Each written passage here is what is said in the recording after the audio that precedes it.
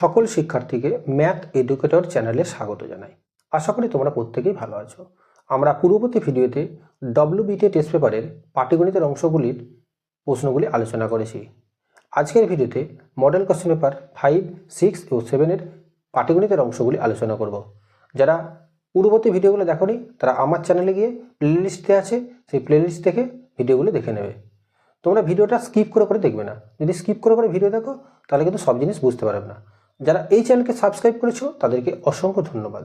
যারা এখনও চ্যানেলটিকে সাবস্ক্রাইব করোনি তারা অবশ্যই চ্যানেলটিকে সাবস্ক্রাইব করো এবং পাশে থাকা বেল আইকনটি ক্লিক করে নোটিফিকেশান মোডটি অলে সেভ করে দাও, যাতে ভিডিও আপলোড করার সঙ্গে সঙ্গে নোটিফিকেশানটি তোমার কাছে পৌঁছে যায়। তোমরা এরকম অংশভিত্তিক সমাধান আশা করি তুমি কোনো ইউটিউব চ্যানেলে পাবে না। তাই চলো দেরি না করে ভিডিওটি শুরু করা যাক। এখন আমরা মডেল কোশ্চেন পেপার 5, যার পেজ নম্বর হচ্ছে 110, এর পাটিগণিতের অংশগুলি আলোচনা করছি। দেখো, প্রথম অঙ্ক একের দাগের একেরটা।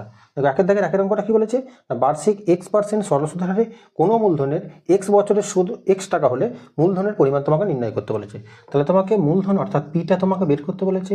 বার্ষিক সুদের হার যেটা তোমার বলে দেওয়া আছে X%, সময় T এটা সমান বলে দেওয়া আছে তোমার X বছর, মোট সুদ I এটা সমান বলে দিয়েছে তোমার X টাকা। এবার সরল সুদের তোমার সূত্র নিশ্চয়ই জানো, I সমান P/100। এবার মানগুলো এখানে বসিয়ে দাও। তাহলে I এর জায়গায় X, Pটা তুমি বের করবে, 8টা X, Tটা X বাই 100। তাহলে উভয় পক্ষ থেকে একটা X কেটে দাও। তাহলে কোনাকুনি গুণ করলে তুমি পাচ্ছ PX সমান 100। তাহলে এখান থেকে P সমান তোমার আসছে কত, 100 বাই X এত টাকা, যেটা তোমার আছে অপশান সি এর মধ্যে। এবার আসি 2-এর দাগের একের অঙ্কটা। দেখো, 2-এর দাগের একের অঙ্কটা কি বলেছে না, বার্ষিক 2% চক্রবৃদ্ধি সুদের হারে 2p টাকার 2 বছরের সময় চক্রবৃদ্ধি তোমাকে নির্ণয় করতে হবে। তাহলে আসল তোমার এখানে কত বলে দেওয়া আছে 2p টাকা, 1 প্লাস সুদের হার তোমার বলে দেওয়া আছে 2% বাই 100, কত বছরের না 2 বছরের। এবার এখানে লক্ষ্য করে দেখো, এই তথ্যটা কিন্তু তোমার প্রশ্নে দেওয়া আছে। তাহলে শূন্যস্থানে তোমার কি বসবে না 2p টাকা, অর্থাৎ শূন্যস্থানে তোমার বসে গেল কত 2p টাকা, এটা তোমার উত্তর। এবার আসি 3-এর দাগের একের প্রশ্নটা। দেখো, 3-এর দাগের একের প্রশ্নটা কি বলেছে না, এ ও বি এর মূলধনের অনুপাত 11:9, তাদের প্রাপ্য লভ্যাংশের পার্থক্য হবে 10%। দেখো, এ এবং বি এদের মূলধনের অনুপাত তোমার বলে দেওয়া আছে কত না 11:9। দেখো, মূলধনের অনুপাত মানে কি জানো না, লভ্যাংশের অনুপাত। তাদের এদের লভ্যাংশের অর্থাৎ মূলধনের অনুপাতের যে পার্থক্য সেটাই লভ্যাংশের পার্থক্য। যদি আমরা এটা ধরি, এর মূলধন ধরি তোমরা 11x টাকা এবং বি এর মূলধন যদি ধরি 2x টাকা, তাহলে তাদের লভ্যাংশের পার্থক্য কত হচ্ছে তোমার 2x টাকা হচ্ছে। কতর মধ্যে পার্থক্য হচ্ছে, তাহলে মোট মূলধন তোমার কত না 11 আর 9 যোগ করলে কত আসছে 20x টাকা। এবার শতকরার জন্য তুমি কি করবে 100 দিয়ে গুণ করে নাও, এত তোমার পার্সেন্টেজ হবে। তাহলে এই 0 0 কেটে দাও, 2 10-এ 20 করে নাও, এই 0 কেটে দাও, তাহলে কত হলো তোমার 10%। অর্থাৎ এই বিবৃতিটা কি হবে না, এই বিবৃতিটা তোমার সত্য হবে। 4-এর দাগের একের অঙ্কটা। দেখো, 4-এর দাগের একের অঙ্কটা কি বলেছে না, বার্ষিক 5% সরল সুদের হারে কত টাকার মাসিক সুদ 1 টাকা হবে। তাহলে তোমাকে আসলটা বের করতে বলেছে। তাহলে আমরা ধরে নিচ্ছি আসল ব্র্যাকেটে পি, আসলকে আমরা পি দিয়ে সূচিত করি, এটা সমান আমরা x টাকা ধরে নিলাম। বার্ষিক সরল সুদের হার এটা তোমার বলে দেওয়া আছে 5%, যেটাকে আমরা R% দিয়ে সূচিত করি, এটা বলে দেওয়া আছে তোমার 5%। সময় যেটাকে আমরা T দিয়ে সূচিত করি, এটা তোমার বলে দেওয়া আছে মাসিক সুদ, অর্থাৎ 1 মাস বলে দেওয়া আছে। দেখো, যেহেতু এখানে বার্ষিক কথাটা আছে তাই মাসটাকে আমরা কি করবো বছরে নিয়ে যাব। তাহলে 1 মাস আমরা সমান লিখতে পারি কি 1/12 বছর। এখানে মোট সুদ যেটাকে আমরা ক্যাপিটাল I দিয়ে সূচিত করি, এটা সমান বলে দেওয়া আছে তোমার কত না 1 টাকা। এবার সরল সুদের সূত্র নিশ্চয়ই তোমরা জানো, I সমান P/100। এবার এখানে যদি মানগুলো বসিয়ে দাও, তাহলে I এর জায়গায় 1, Pটার জায়গায় X, আর হচ্ছে 5%, 5, Tটা হচ্ছে 1/12, আর এখানে বাই 100 ছিল। তাহলে এটা কাটাকাটি করো, 5 20 100, তাহলে কোনাকুনি যদি গুণ করে নাও তাহলে x সমান 12 × 2 = 24, অর্থাৎ 240 টাকা, যেটা তোমার আসল। তাহলে অতএব আসল সমান এখান থেকে আমরা বলতে পারি কত না, আসল সমান 240 টাকা। এটা তোমার উত্তর। 4 দাগে 2 অঙ্কটা করবো। দেখো 4 দাগে 2 অঙ্কটা কি বলেছে না 3 ব্যক্তির মূলধনের অনুপাত 4:3:5। প্রথমজন 300 টাকা লাভ পেলে মোট কত টাকা লাভ হয়েছিল। দেখো 3 ব্যক্তির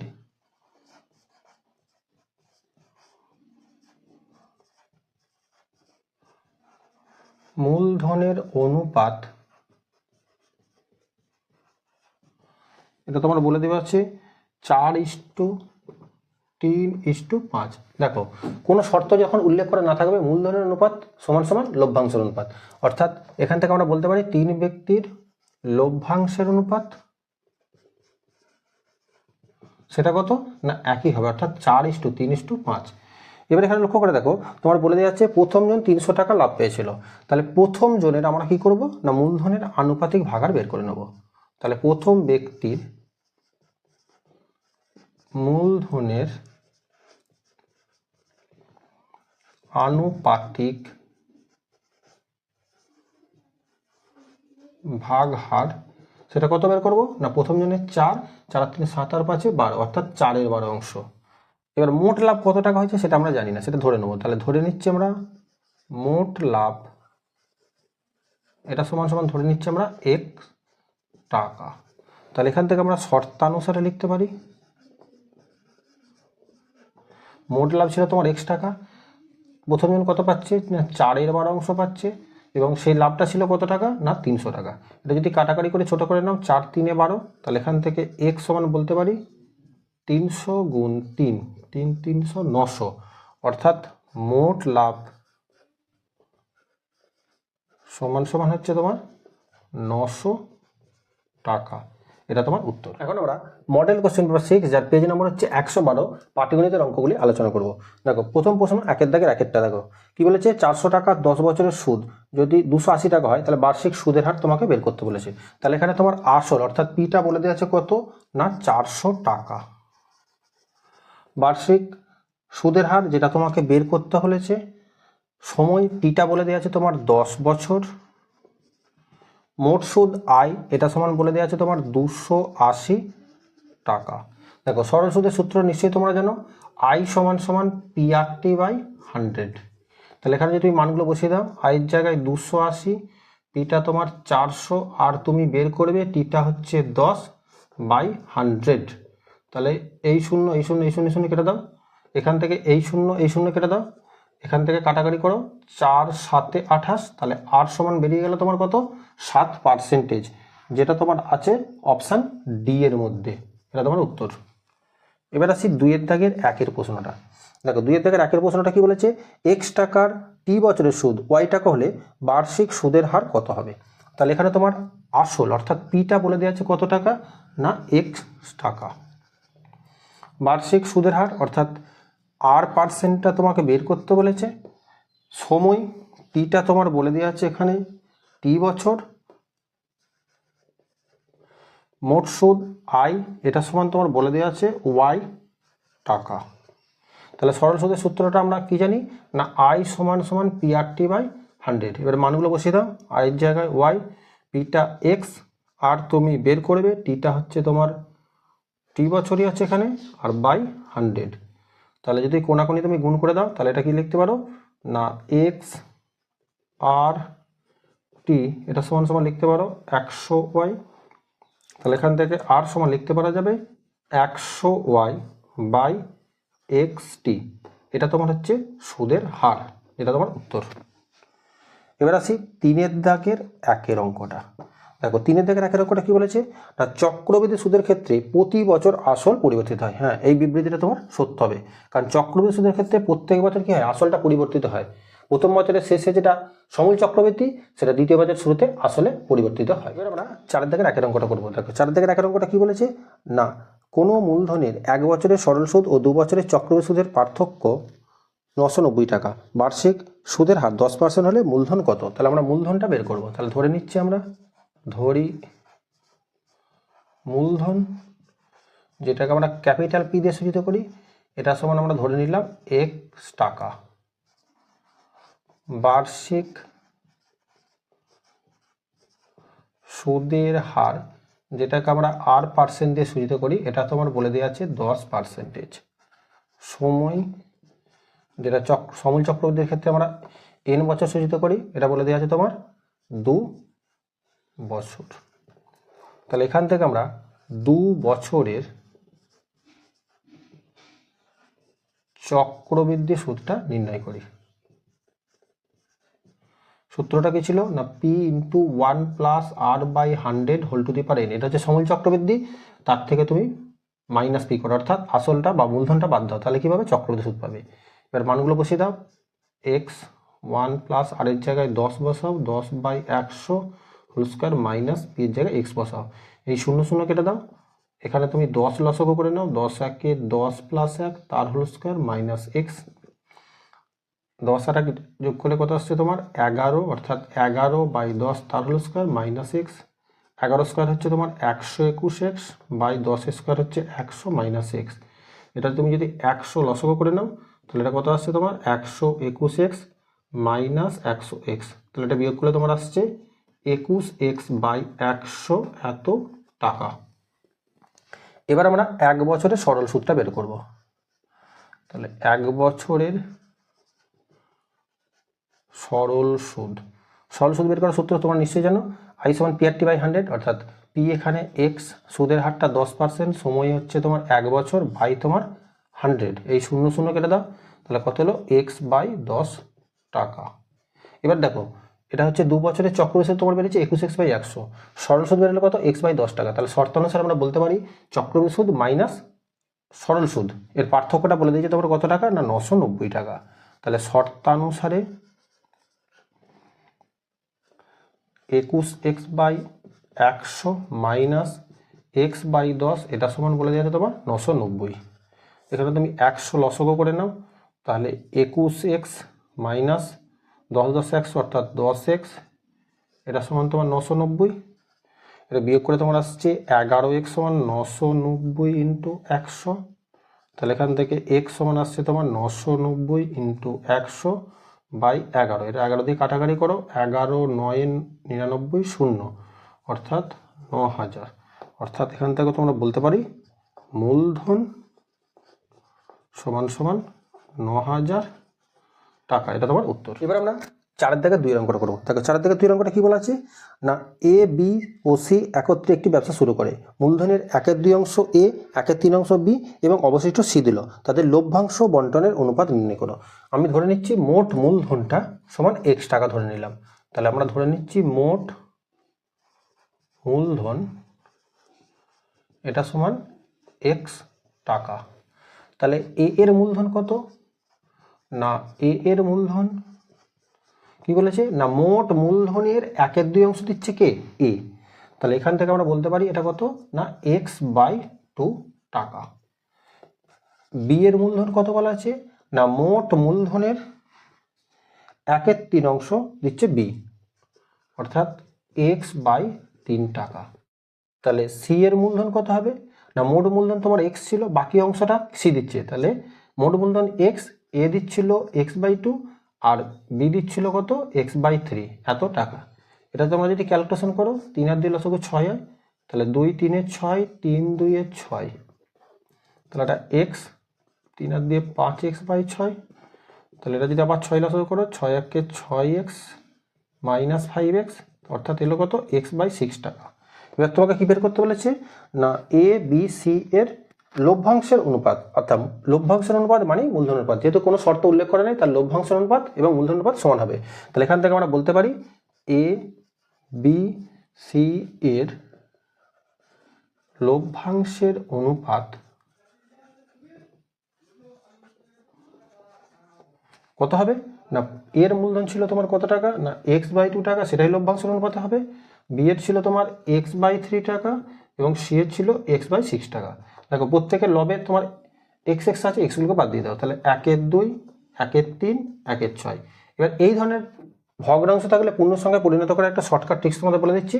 নিচের হরগুলোর প্রথমে তোমরা লসাগু করে নেবে। দেখো 2 3 6 লসাগু কোথায় 6, এবার কি করবে এই 6 দিয়ে প্রত্যেকটাকে তোমরা গুণ করে নেবে, অর্থাৎ লসাগু দিয়ে তোমরা হরগুলোর লসাগু দিয়ে প্রত্যেকটা ভগ্নাংশকে তোমরা গুণ করে নেবে। তাহলে 6 × 1/3 6 × 1 6, এটা কাটাকাটি করলে আসছে 2 3 6 অর্থাৎ 3 এলো, 3 2 6 অর্থাৎ 2 এলো, 6 1 6 অর্থাৎ 3 অনুপাত চিহ্ন 2 অনুপাত চিহ্ন 1, এটা তোমার উত্তর।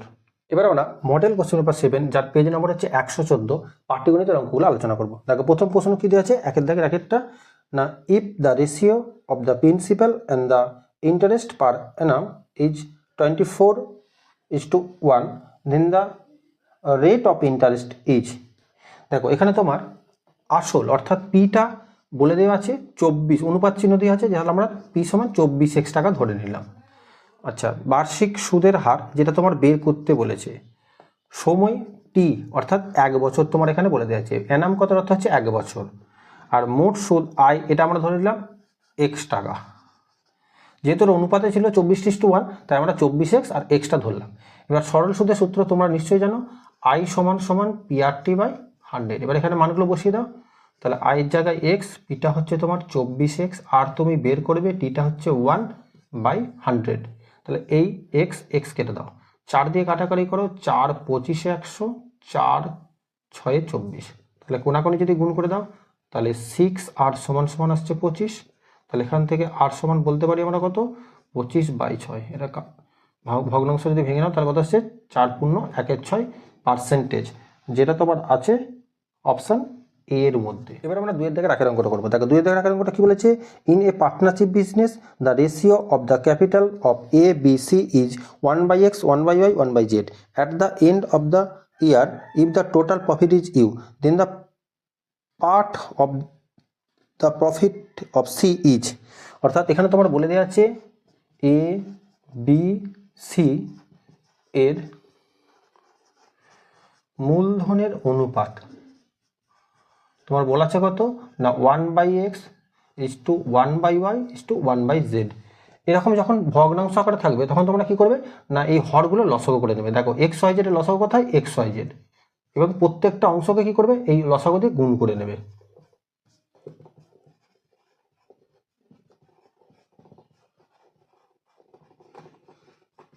এবার এখান থেকে তুমি XX কাটো, এখান থেকে তুমি YY কাটো, এখান থেকে তুমি ZZ কেটে দাও।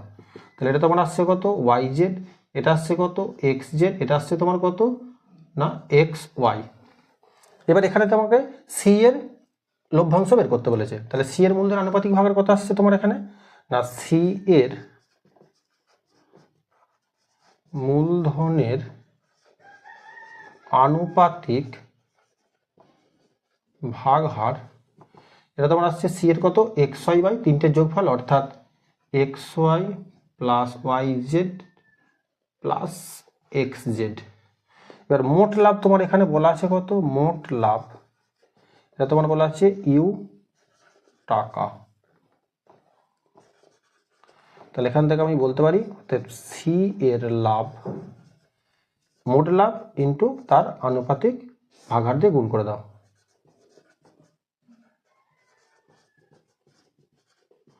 অর্থাৎ এটা তোমার আসছে UXY/XY plus YZ plus ZX এত টাকা, এটা তোমার উত্তর। 3 এর দাগের একের অঙ্কটা দেখো, 3 এর দাগের একের অঙ্কটা কি বলেছে, if the interest of a sum of money at the rate of 10% per annum be 2/3 of the principal then the time is 20 years। অর্থাৎ তোমার এখানে আসলটা সুদটা কি বলেছে না, আসলের 2/3 তাহলে এখানে আমরা আসল অর্থাৎ পি টাকা ধরে নিচ্ছি x টাকা। বার্ষিক সরল সুদের হারটা তোমার এখানে বলে দেওয়া আছে কত 10% বলে দেওয়া আছে। সময় টিটা তুমি বের করতে হবে, এটা যেহেতু সত্য মিথ্যার অঙ্ক তো সময়টা 20 বছর, এটা যাচাই করতে হবে। আর মোট সুদ অর্থাৎ আইটা তোমার এখানে বলে দেওয়া আছে কি না, আসলের 2/3 অর্থাৎ 2x/3 টাকা। এবার সরল সুদের সূত্র তোমরা কি জানো না, আই সমান সমান PRT/100। তাহলে এখানে তুমি মানগুলো তুমি বসিয়ে দাও, তাহলে 2x/3, পিটা তোমার x, আরটা হচ্ছে 10, টিটা তুমি বের করবে বাই 100। তাহলে এখান থেকে এই 0 0 কেটে দাও, এখান থেকে x x কেটে দাও, তাহলে কোনাকুনি গুণ করলে তোমার কি আসছে না 3t সমান 20। তাহলে এখান থেকে t সমান তোমার আসছে কত 20/3। তোমার কিন্তু সময় বলা আছে 20 বছর, কিন্তু তোমার এখানে বেরোচ্ছে কত 20/3 বছর। তাই এই বিবৃতিটা কি হবে না, এই বিবৃতিটা হবে তোমার মিথ্যা। এবার আমরা 4 দাগের 1 অঙ্কটা করবো। দেখো 4 দাগের 1 অঙ্কটা কি বলা আছে, in how many years A principal will be double at the rate of 6.4% simple interest per Anam. তাহলে এখানে তোমার আসলটা বের করতে হবে। তাহলে ধরে নিচ্ছি, ধরি আসল পি এটা সমান বলে দেওয়া আছে তোমার x টাকা বার্ষিক সরল সুদের হার, যেটাকে আমরা R% দিয়ে সূচিত করি, এটা বলে দেওয়া হচ্ছে 6.14%।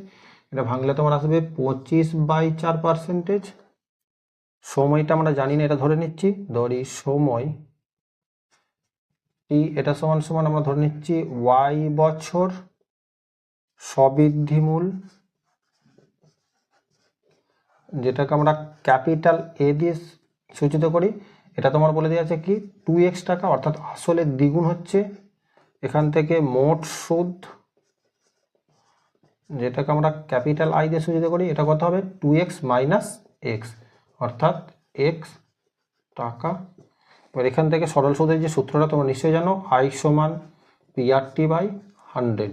আর এখানে মানগুলো বসিয়ে দাও, এর জায়গায় x, পিটাও x, আর হচ্ছে তোমার 25/4, টিটা তুমি বের করবে 100, তাহলে 25/4 100।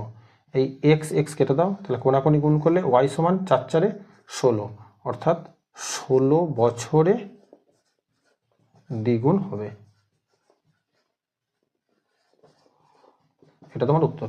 এবার আমরা 4 দাগের 2 অঙ্কটা করবো। দেখো 4 দাগের 2 অঙ্কটা কি বলেছে না, in a partnership business the ratio of the capital of Ram and some is 3:4 and the ratio of the capital of Sam and Jodu is 5:6. How much Sam will get if the profit of the year is 590 rupees? তাহলে এখানে তোমার বলে দেওয়া আছে রাম ও শ্যামের মূলধনের অনুপাত, এটা তোমার বলা আছে 3:4।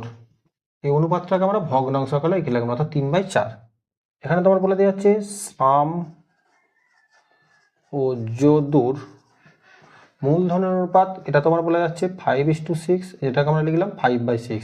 এবার এখানে লক্ষ্য করে দেখো, দুটোতেই দেখো সাম কমন আছে, অর্থাৎ দুটোতেই সাম আছে, তাই সামের মূলধনটাকে আমরা সমান করতে হবে।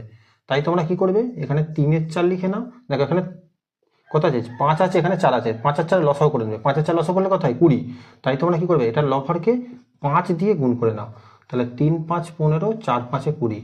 এখানে 5 ছিল, তাহলে 5কে কত দিয়ে গুণ করলে 20 হয়, 4 দিয়ে গুণ করে নাও, অর্থাৎ লবহরকে তোমরা 4 দিয়ে গুণ করে নাও।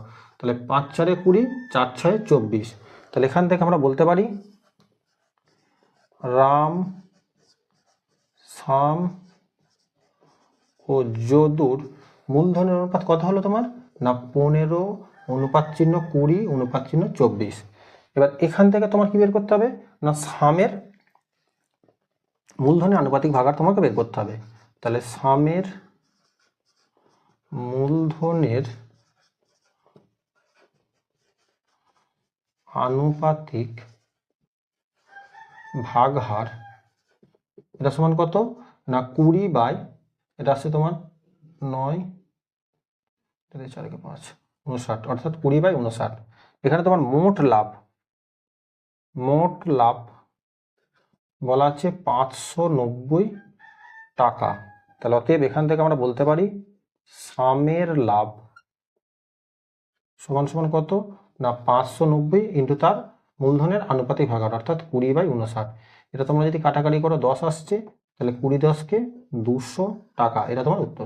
WBT টেস্টের বাকি অংশগুলি সমাধান পেতে এখনই চ্যানেলটিকে সাবস্ক্রাইব করো এবং পাশে থাকা বেল আইকনটি ক্লিক করে নোটিফিকেশন নম্বরটি অলে সেভ করে দাও, যাতে ভিডিও আপলোড করার সঙ্গে সঙ্গে নোটিফিকেশনটি তোমার কাছে পৌঁছে যায়।